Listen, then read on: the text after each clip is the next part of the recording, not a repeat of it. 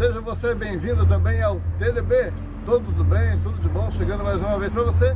E hoje estamos aí com a moçada da banda Som da América. Essa banda bem bacana, que nos recebeu aí com muito carinho.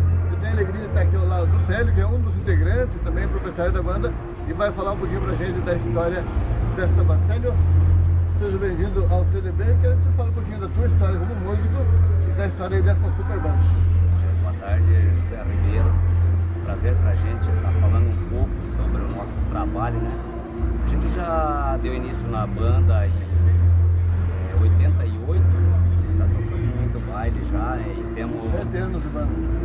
27 anos de estrada.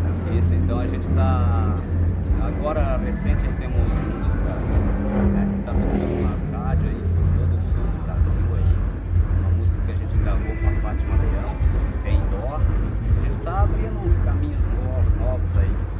Bom, né? De onde que é a banda Som da América? É de Jaraguá. De Jaraguá, né? Sim. Prata da casa, olha que bacana. Banda Som da América aqui em Jaraguá do Sul. Gravou já com uma das ícones da música, né? Fátima Leão. É ícone da música nacional. Quantos trabalhos tem gravado já a banda Som da América?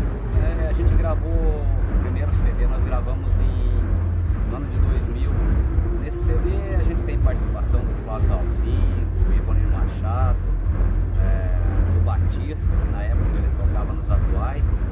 E agora recente aí a gente tem essa participação nacional da Fátima, e é uma composição dela, a música é uma música muito bonita. Então a gente está investindo bastante nesse lado aí, já temos, chegou o nosso novo CD agora, na semana passada, até tem uma música aí que a gente nem soltou nas rádios ainda, que é Coração Largado, que é uma outra composição da Fátima Leão, uma música muito bonita, que com certeza vai tocar bastante. Aí então, gente, vamos procurar, né? Qual é a música nova? Coração Largado? Coração Largado ainda não tá na praça, não, só tá no essa vai CD. ser pra chorar, abraçado. Tá, Com certo, certeza. Então, Então, quem quiser conhecer melhor o nosso trabalho é só entrar no site da banda aí, www.somdaamerica.com. ou então entra no TDB.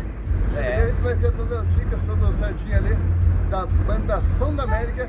Eu quero te agradecer, Sérgio, pela simpatia, pelo visita, por receber aqui. Desejar a você, aos integrantes da banda aí, tudo de bom. Beleza? Tudo de bom pra ti também. Um abraço aí, né?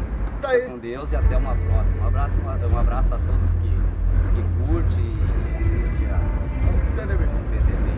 Daí, esse foi o Sérgio do Som da América aqui no TDB.